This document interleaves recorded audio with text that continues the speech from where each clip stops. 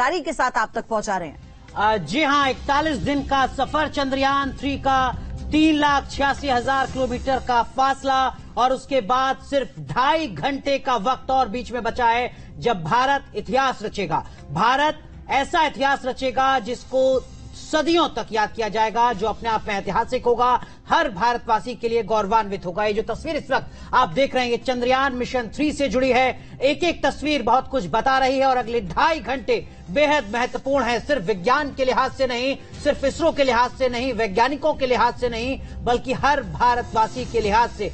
चंद्रयान 3 के सफल होने का मतलब क्या होगा पूरी दुनिया के लिए, जिंदगी के लिए, ये हम लगातार एक्सपर्ट से समझने की कोशिश कर रहे हैं। 7 तस्वीरें इस वक्त आपको दिखा रहे हैं। देखिए किस तरीके से उड़ान भरी चंद्रयान ने, उसके बाद जो पूरी प्रक्रिया होती है वो प्रक्रिया आगे बढ़ती चली गई और अब क्या होगा वो भी आपको दिखा रहे हैं। चांद पर लैंडर विक्रम, रोवर बाहर आएगा और उसके बाद जो प्रज्ञान है वो अपना डाटा जुटाएगा। लेकिन अभी पयोधी 2.5 घंटे का लगभग इंतजार और करना होगा, 2.5 घंटे से लगभग 1 मिनट कम।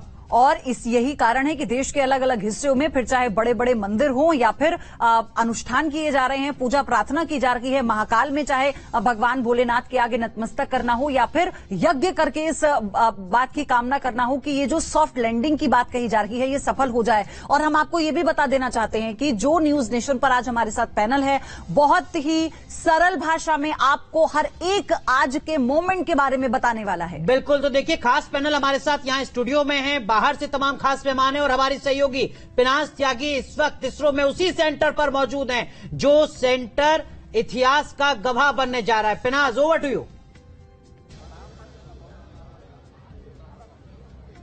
बिल्कुल, और यहाँ पर बता दूं कि इतिहास रचने की तैयारी हिंदुस्तान कर रहा है और अभी ऑटो जो सीक्वेंसिंग है लैंडिंग की, वो पैरामीटर्स जो हैं लॉक हो चुके हैं, यानी कि जो ऑटो लैंडिंग सीक्वेंसी है वो स्टार्ट हो चुकी है। और अब इसी के साथ आपको बता दें 5:44 वो वक्त होगा जब चांद की धरती, चांद की सतह पर उतरने का जो कार्यक्रम है वो शुरू होगा 5:44 से 6:04। तो यानी कि कुछ लोग कहते हैं 20 मिनट, 21 मिनट, 17 मिनट। तो ये टाइम जो है वहां पर कितना चांद का जो गुरुत्वाकर्षण बल है वो कितना खींचेगा, जब थ्रस्ट इंजन से फायर होगा तो किस तरह से उसकी ग्रेविटी पुल करेगी अर्थ की, तो उसमें जो है कुछ मीटर्स का फर्क जो है और कुछ सेकेंड्स का फर्क जो है आता है। तो इसीलिए एक टेंटेटिव टाइम जो है दिया जाता है। लेकिन मैं आपको यहाँ समझाना चाहूंगी कि यहाँ पर देखिए कि किस तरह से जो डिसेंट है, जिसको 4 स्टेजेस में जो है मूल तौर पे अनुराग बांटा गया है।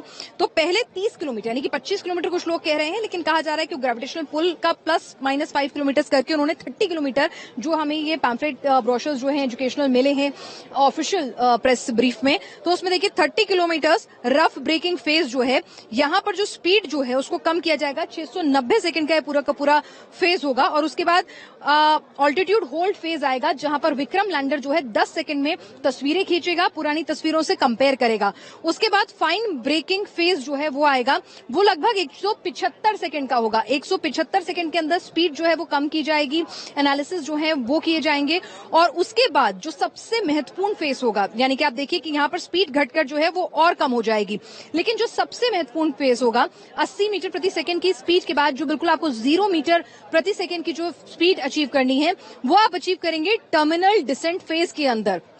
टर्मिनल डिसेंट फेज जो है वो लगभग जो है 131 सेकंड का बताया जा रहा है। तो 131 सेकंड में ऐसा नहीं होगा कि आप धप से नीचे आप अपनी स्पीड को 0 कर लेंगे। दरअसल उसको करने का भी एक तरीका होगा, क्योंकि यहाँ पे अनुराग अपने दर्शकों को हम ये समझाना चाहेंगे कि जब चांद की सतह पर उतरेगा ये यान, तो यानी अभी ऑर्बिट में है, ऑर्बिट से फिर आप अपनी स्पीड एकदम से नीचे करेंगे तो आप क्रैश लैंड कर जाएंगे, जैसा कि विक्रम के साथ हुआ था कि आपके आपने जो ऑटो लैंडिंग सीक्वेंस में आपने तमाम डेटा भरे थे और जो स्पीड जिस तरह से कम होनी चाहिए थी, या जो लूना 25 के साथ हुआ था कि जो फायर हुए जो पूरा थर्स्ट जो था उसकी स्पीड कम करने के लिए ग्रेविटेशनल पुल के रेशियो में वो सही से नहीं हुए। तो इसमें क्या तरीका होता है कि आप ऐसे क्रॉस लैंडिंग करते हैं, डायगोनल होता है, तो यानी कि आपकी हॉरिजॉन्टल और वर्टिकल स्पीड जो है दोनों लगातार गेम की जाएंगी। लेकिन जो तीसरा फेज होता है डिसेंट फेज जिसको बोलते हैं, तो उसके अंदर आप सीधे वर्टिकल सिर्फ यानी कि वर्टिकल लैंड कर रहे होते हैं। वो सबसे इंपॉर्टेंट फेज होगा 131 सेकंड का, जब स्पीड होगी 0 मीटर पर सेकेंड। और उसके बाद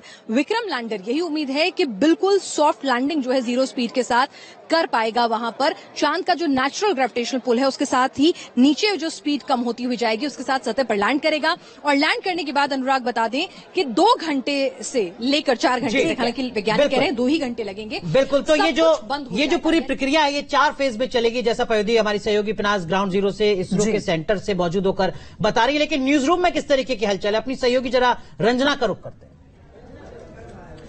उसे गुमा है कि ये उड़ान कुछ कम है, लेकिन मुझे यकीन है कि ये आसमान कुछ कम है।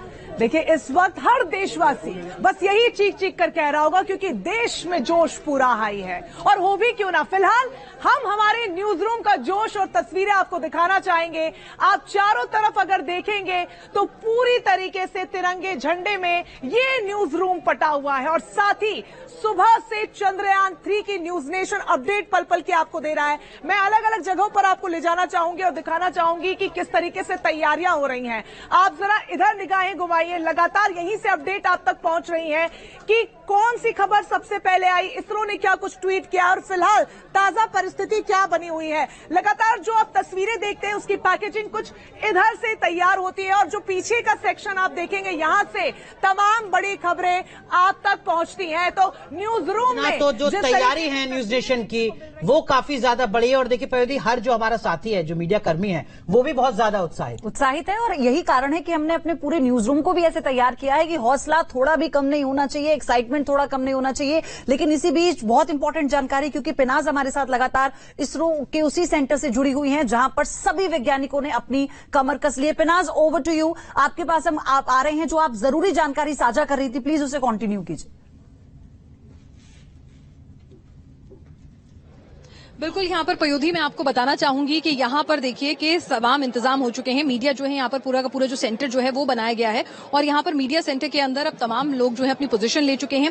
अंदर एक प्रोजेक्टर जो है, एक छोटे से लॉन के अंदर ही एक टेंट लगाया गया है जिसमें एक प्रोजेक्टर पर जो पूरी की पूरी स्क्रीन, जो लैंडिंग का पूरा प्रक्रिया है वो 5:20 पर शुरू हो जाएगी।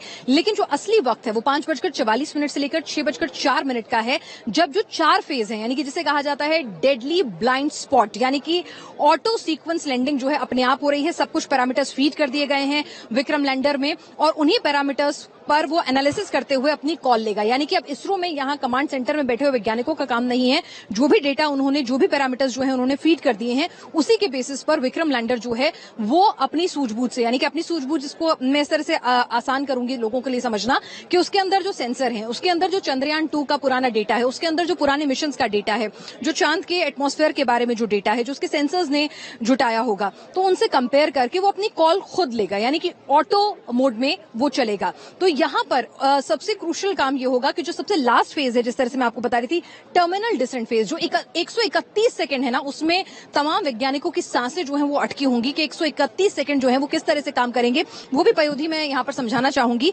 यहां देखिए कि किस तरह से 131 सेकंड के अंदर ऐसा नहीं होगा कि सीधे सीधे चांद की सतह पर जो है वो विक्रम लैंडर जो है आके गिर जाएगा। देखिए, अगर वो गिरेगा तो फिर वो क्रैश होगा। तो यहां पर क्या है कि हॉवरिंग होगी, यानी कि जैसे आपने स्पीड थोड़ी कम की, वो हॉवर थोड़ा चक्कर लगाएगा, रुका रहेगा वहां पे, उसके बाद फिर दोबारा थोड़ी देर के लिए नीचे आएगा। ठीक है, पिनाज माफ कीजिए, आपको रोक रहे हैं जरा। एक और हमारे सहयोगी जो इस वक्त उसी जगह बेंगलुरु में मौजूद है, यासिर मुश्ताक, जो लगातार चंद्रयान मिशन 3 से जुड़ी हर एक अपडेट दर्शकों तक पहुंचाते रहे। Yasir, over to you.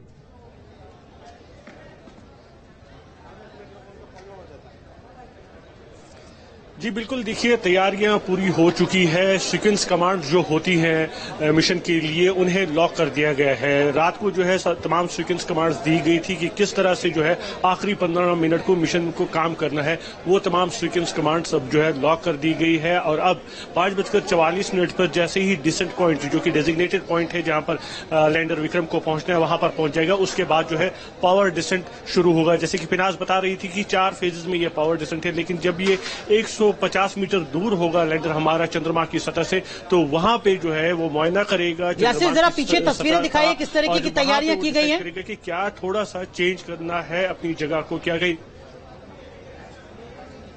जी बिल्कुल, मैं आपको दिखाऊंगा। यहाँ पे आप देख सकते हैं ये बड़ा प्रोजेक्टर लगाया गया है यहाँ पर, और इस प्रोजेक्टर में लाइव तस्वीरें हमें मिलेंगी जो अंदर कमांड सेंटर में जो है टेलीमेट्री सेंटर, वहां से जो कमांड दी गई है और किस तरह से ट्रैक किया जाएगा, वो तमाम जानकारी हमें यहाँ पर मिलेगी इस प्रोजेक्टर के जरिए। और 5:44 पर ट्रैकिंग की जो लाइव तस्वीरें हैं हम आपको यहीं से दिखाएंगे कि किस तरह से ट्रैक किया जा रहा है और किस दिशा में हमारा लैंडर जा रहा है, वो सब जानकारी यहाँ पर हमें मिलेगी। और जिस तरह से की है 15 से 19 मिनट तक जो है टच डाउन प्रोसेस जो है वो चलेगा, और 6:04 पर जो है लैंडर विक्रम जो है वो सॉफ्ट लैंडिंग का जो उम्मीद है कि वो सॉफ्ट लैंडिंग करेगा 6:04 पे वो यहाँ पर होगी। लेकिन 150 मीटर की दूरी पे जब होगा लैंडर, तब वो एक बार मुआयना पूरा करेगा उस जगह का जहां पर उससे उतर।